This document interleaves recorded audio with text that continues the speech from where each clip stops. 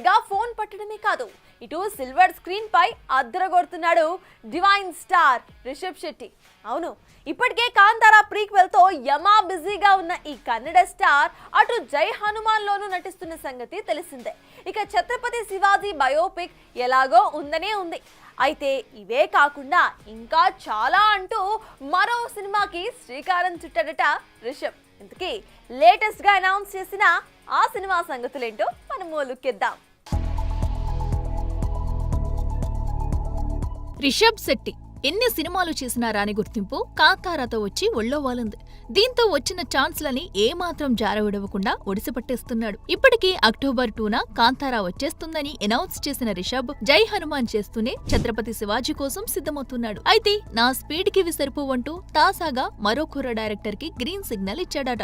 ఆకాశవాణి సినిమాతో కమర్షియల్ గా సక్సెస్ కాకపోయినా విమర్శలు ప్రశంసలు పొందిన అశ్విన్ గంగరాజు రిషబ్ తో ఈ సినిమా చేయనుండగా, ఇక ఈ కాంబోలో రానున్న సినిమాని మోస్ట్ అవైటింగ్ ప్రొడక్షన్ హౌస్ సితారా ఎంటర్టైన్మెంట్స్ నిర్మించనుండటం విశేషం. ఇక ఫిక్షనల్ హిస్టారికల్ యాక్షన్ డ్రామాగా తెరకెక్కుతున్న ఈ సినిమా కథ విషయానికి వస్తే 18వ శతాబ్దంలో భారత్ లోని అల్లకల్లోలంగా ఉన్న బెంగాల్ ప్రావిన్స్ లో ఒక తిరుగుబాటుదారుడు ఎదిగిన క్రమం నేపథ్యంలో ఈ చిత్రకథ ఉంటుందని తెలుస్తుంది.